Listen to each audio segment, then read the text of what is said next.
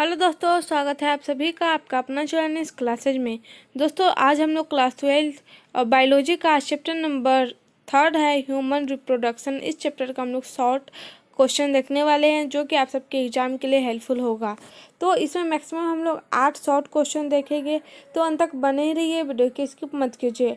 आप लोगों से रिक्वेस्ट है कि आप लोगों ने अभी तक हमारे चैनल सब्सक्राइब नहीं किया है तो प्लीज़ वीडियो को लाइक करें, चैनल को सब्सक्राइब करें और बेल आइकन को दबा दें ताकि जितने भी अपडेट्स हो सबसे पहले आपके पास पहुँचे। तो चलिए इस सेशन को शुरू करते हैं। तो हमारा फर्स्ट क्वेश्चन है, शुक्राणुजनन की प्रक्रिया के नियमन में शामिल हार्मोन के नाम बताइए। जो शुक्राणुजनन की जो प्रक्रिया होती है उस नियम में जो शामिल हार्मोन होते हैं वो कौन कौन से होते हैं। तो ये हो जाएगा GRH, दूसरा हो जाएगा LH, तीसरा हो जाएगा FSH और चौथा हो जाएगा एंड्रोजन और पांचवा हो जाएगा इनहिबिन। ये सब इम्पोर्टेंस हार्मोन हैं जो शुक्राणुजनन की प्रक्रिया में शामिल रहते हैं। मोस्ट इम्पॉर्टेंट वैसे आप याद करना चाहे तो 2-3 याद करके छोड़ सकते हैं, लेकिन आपको सब याद करेंगे तो आपको क्वेश्चन सॉल्व करने में आसानी होगी। तो इसमें बताना था कि शुक्राणुजनन की प्रक्रिया में नियमन में हार्मोन शामिल होते हैं। तो ये जो है 5 हार्मोन हैं जो शामिल रहते हैं शुक्राणुजनन की प्रक्रिया में। तो इस क्वेश्चन में हम लोग को पूछा गया था कि शुक्राणुजनन की प्रक्रिया के नियम में शामिल हार्मोन के नाम बताएं, जो कि हम लोगों ने कर चुके हैं। फर्स्ट हो जाएगा GRH यानी एंडोट्रोपिन रिलीजिंग हार्मोन, जो रिलीज हार्मोन को रिलीज करता है। दूसरा हो जाएगा LH यानी ल्यूटिनाइजिक हार्मोन। थर्ड हो जाएगा फॉलिकल स्टिमुलेटिंग हार्मोन यानी FSH। F मतलब फॉलिकल, S मतलब स्टिमुलेटिंग और H मतलब हार्मोन।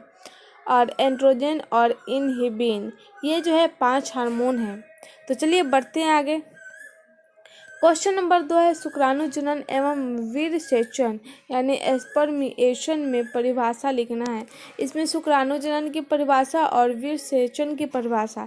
तो नॉर्मली शुक्राणुजनन की परिभाषा हम लोग को कैसे पता है, शुक्र बनने की प्रक्रिया को हम लोग शुक्राणुजनन कहते हैं। लेकिन शुक्र बनता कहाँ है, तो वृषण में शुक्राणुजन कोशिकाओं से शुक्राणुओं के बनने की क्रिया क्या कहलाती है, शुक्रजनन कहलाती है। और शुक्रजनन किसमें बनता है, पुरुष में बनता है।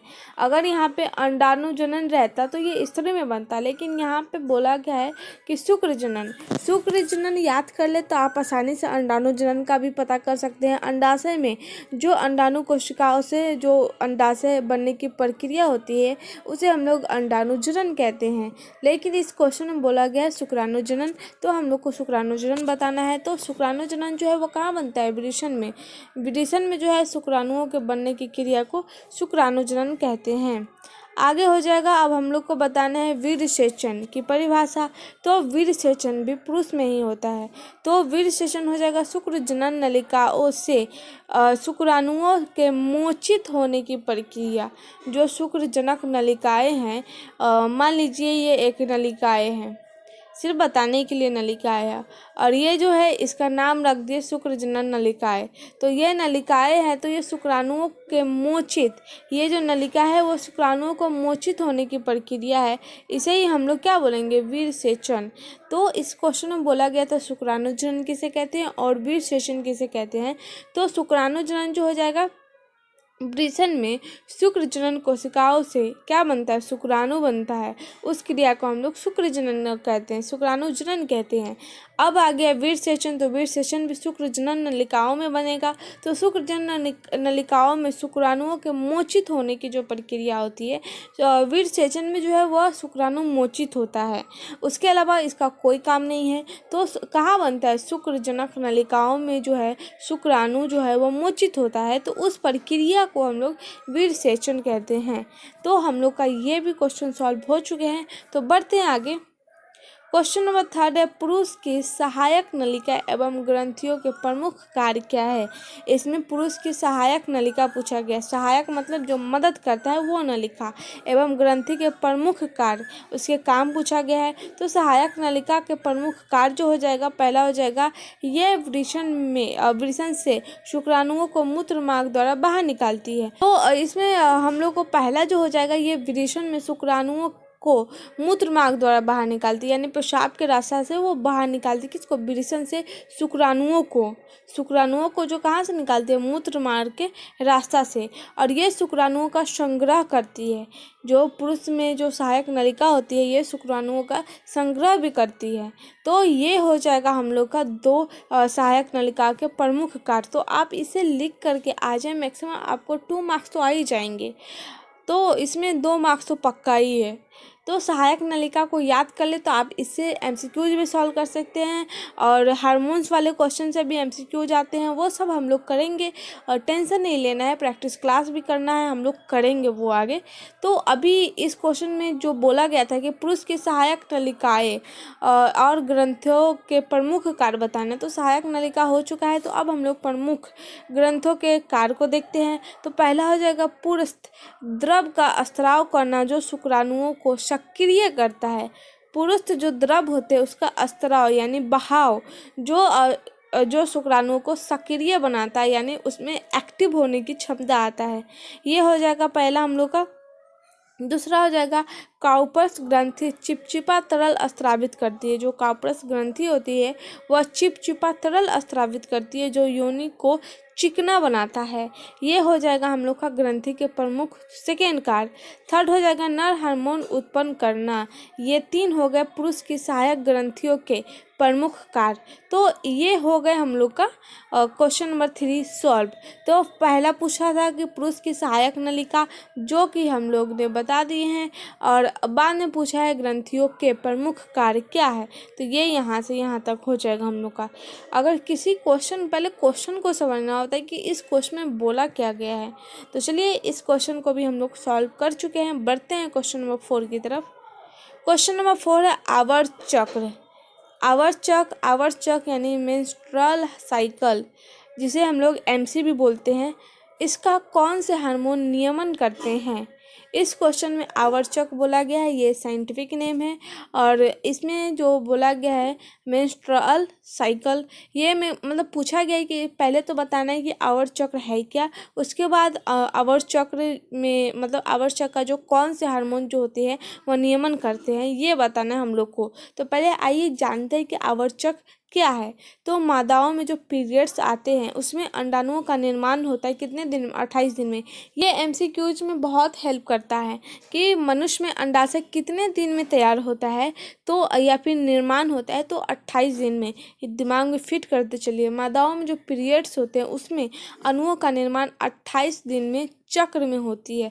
और उस चक्र को हम लोग क्या बोलते हैं? आवर्त चक्र, मासिक चक्र, ऋतु स्त्राव चक्र कहते हैं। इसे 3 नाम से बोला जा सकता है, आवर्त चक्र, मासिक चक्र या फिर ऋतु स्त्राव चक्र। सिंपली आप इसे समझिए एमसी के बारे में ये बोला गया है। एमसी जो है उसका पूरा नाम हो जाएगा मेंस्ट्रुअल साइकिल। तो ये मासिक चक्र के बारे में बताया गया है, ऋतु चक्र के बारे में बताया गया है। तो आवर्त चक्र है क्या? ये मादाओं में अंडाणुओं का निर्माण करता है कितने दिन में? 28 दिन में। तो वो जो है 28 दिन में निर्माण करता है, उस चक्र को हम लोग क्या बोलते हैं? आवर्त चक्र बोलते हैं। आवर्त चक्र का नियमन 2 हार्मोन करते हैं, LH हार्मोन और FSH हार्मोन। ये 2 हार्मोन जो है किसका मतलब नियमन करता है? आवर्त चक्र का।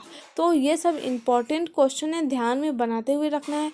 तो चलिए आगे देखते हैं। तो इस क्वेश्चन का सॉल्व हो चुके हैं। तो क्वेश्चन नंबर 5 है मॉरूला तथा ब्लास्टूला में एक अंतर लिखे। सिर्फ एक अंतर बोला गया है क्योंकि ये 2 नंबर वाले क्वेश्चन है। तो मॉरूला तथा ब्लास्टूला में एक अंतर बताना है। तो मॉरूला जो है कोशिकाओं से बनी ठोस गेंद सदृश रचना होती है। इसके विपरीत जो ब्लास्टूला में जो कोरक गुहा होती है, गुहा मतलब छेद, तो उसे गुहा या फिर ब्लास्टोसिल नामक गुहा का निर्माण हो जाता है। तो मरूला क्या है? मरूला जो है वह ठोस गेंद सदृश रचना है। लेकिन जो ब्लास्टूला है वह क्या है? कोरक गुहा बोल सकते हैं या फिर ब्लास्टिक्स नामक गुहा का निर्माण करता है। तो इसमें एक ही अंतर बताना था मरूला और ब्लास्टूला के बीच में, जो कि हम लोगों का हो चुका है। इसमें पहला जो मरूला का जो हो जाएगा वो ठोस, यानी ठोस बोल सकते हैं। जैसे में एक कहानी बचपन में आप सुने होंगे किसान के 5 बेटे वाले, जो एक पूरे क्या बोल सकते हो उसको गांठ में बांधता है 5-6 लकड़ी को और बोलता है तोड़ने के लिए। तो जो एक ही साथ 5-6 या 10 जो लकड़ी बांध दे, उस समय अगर कोई तोड़ना भी चाहे तो नहीं तोड़ सकता, उस प्रकार का ठोस बोल सकते हैं। तो उस ठोस गेंद सदृश रचना होती है मरुला में। इसके विपरीत अगर ब्रष्टुला का ले ले तो उसमें गेंद सदृश रचना नहीं होती, बल्कि उसमें कोरक गुहा होती है या फिर ब्लास्टोसील गुहा होती है, उसका निर्माण होता है ब्लास्टुला में। तो ये हो जाएगा हम लोग का डिफरेंस इन दोनों के बीच में। तो बढ़ते हैं आगे। क्वेश्चन नंबर 6 है आपातकालीन ग्रंथि का नाम लिखिए और ये एमसीक्यूज में हेल्प करेगा आप लोग को। तो आपातकालीन ग्रंथि का नाम बताना है। तो एंट्रीनल मेड्यूला को आपातकालीन ग्रंथि कहते हैं। जो एंट्रीनल मेडुला जो होती है उसे हम लोग आपातकालीन ग्रंथि कहते हैं। तो ये हो चुका हम लोग का एक लाइन में इसका जवाब। जैसे जैसे आपको बताया जा रहा है वैसे वैसे अगर एग्जाम में लिख करके आ गए तो आपको 90 या फिर 95 मार्क्स तो आ ही जाएगा। तो चलिए क्वेश्चन नंबर 7 देखते हैं। शिशु जन्म के बाद कौन सा हार्मोन दूध मुक्त करता है? शिशु के जन्म के बाद कौन सा हार्मोन जो है वह दूध में मुक्त करता है, उसका स्रोत बताइए। तो इसका बताना है। बहुत आप कई जगह पढ़े भी होंगे या फिर बहुत सारे डॉक्टर से सुने होंगे या फिर बहुत सारे दादी चाची इनके मुंह से सुने होंगे कि माँ का जो पहला दूध आता है जो उसे बच्चे को बहुत सारा प्रोटीन मिलता है। तो वो जो है बहुत इम्पोर्टेंट रहता है। तो उसमें एक अलग तरह का हार्मोन आता है जिससे बहुत सारे उसमें प्रोटीन्स पाए जाते हैं, जो कि बच्चे के लिए बहुत इम्पोर्टेंट होता है। तो इसमें बोला गया है कि शिशु जन्म के बाद कौन सा हार्मोन दूध मुक्त करता है। जो कौन सा हार्मोन है जो दूध मुक्त करता है उस स्रोत को बताइए। तो शिशु जन्म के बाद प्रोलैक्टिन जो हार्मोन है वो दूध मुक्त करता है। प्रोलैक्टिन ये एमसीक्यूज में हेल्प कर सकता है, तो ध्यान में रखिए। और ऐसे ऐसे क्वेश्चन है आपको 12th के बाद भी फेस करने पड़ेंगे। नीट में आप नीट नहीं करके आप कोई भी कॉम्पिटिटिव एग्ज़ाम दे उसमें, या फिर बीएससी एमएससी, हर एक जगह आपको ये मतलब पढ़ने को मिलेगा ही मिलेगा। तो क्यों नहीं आप 12th से ही मजबूत करते जाए। ज़्यादा नहीं, मैक्सिमम 1 घंटा आप दे दे इसमें, तो आप मतलब बहुत अच्छा परफॉर्मेंस कर सकते हैं। तो इसमें बोला गया है, आइए टॉपिक पे आते हैं हम लोग। शिशु जन्म के बाद प्रोलैक्टिन जो हार्मोन है वो दूध मुक्त करता है। तो हम लोग को पता चल गया कि शिशु जन्म के बाद कौन हार्मोन दूध मुक्त करता है। अब उसका स्रोत जानेंगे। तथा एक अन्य हार्मोन दूध को स्तन से बाहर निकालने को उद्दीपित करता है। एक अलग हार्मोन जो है वो दूध को स्तन से बाहर निकालने को उद्दीपित करता है। इसका जो स्रोत हो जाएगा वो पीयूष ग्रंथि हो जाएगा। ये लाइन इम्पोर्टेंट है हम लोग का। इसका जो स्रोत हो जाएगा पीयूष ग्रंथि। तो ये इम्पोर्टेंट है। तो इस क्वेश्चन में बोला गया था कि शिशु जन्म के बाद कौन सा हार्मोन दूध मुक्त करेगा। तो ये तो हो गया प्रोलैक्टिन, ये हार्मोन है जो दूध मुक्त करेगा। अब बचा स्रोत में आ जाएगा पीयूष ग्रंथि। तो ये हो गया हम लोग का क्वेश्चन सॉल्व। तो बढ़ते हैं आगे। क्वेश्चन नंबर 8 है अंडजनन क्या है। अंडजनन बताना है। ये स्त्री के बारे में पूछा गया है। तो अंडजनन क्या है। तो अंडजनन जो है स्त्री के अंडाशय के जनन एपिथेलियम की कोशिकाओं से अंडाणुओं का निर्माण। मैंने शुक्राणु जनन में बताया था कि अंडाणु जनन है क्या। सिंपली आप बोल सकते हैं कि अंडाणुओं का निर्माण, लेकिन अंडाणुओं का निर्माण कहाँ। स्त्री के अंडाशय के जनन एपिथेलियम कोशिकाओं से। कहाँ अंडाणुओं का निर्माण जो होता है वो अंडजनन में होता है। तो ये हो गए हम लोग का सही जवाब। तो इस हम लोग का 8 क्वेश्चन हो गए सॉल्व। तो बढ़ते हैं, आज का सेशन यहीं तक था। आई होप ये सेशन आप सबको पसंद आया है। बहुत मतलब बोल सकते हैं ये सब क्वेश्चन आप सबके एग्जाम के लिए हेल्पफुल होने वाला है। अगर अगले सेशन में अगर बायो का सब्जेक्टिव क्वेश्चन आएगा तो पूरे चैप्टर से लाया जाएगा, क्योंकि एमसीक्यूज आप लोग का सॉल्व हो चुके हैं। तो अब हम लोग का बचा सब्जेक्टिव क्वेश्चन। अगर चैप्टर वाइज सब्जेक्टिव क्वेश्चन आ गए तो ठीक, नहीं तो हम लोग पूरे चैप्टर का सब्जेक्टिव क्वेश्चन देखेंगे। तो चलिए आज के लिए बस इतना ही। मिलते हैं अगले सेशन में। आई होप ये सेशन आप सबको पसंद आया तो लाइक करो, चैनल को सब्सक्राइब करो और बेल आइकन को दबा दे, ताकि जितने भी अपडेट्स हो सबसे पहले आपके पास पहुँचे। तो चलिए धन्यवाद।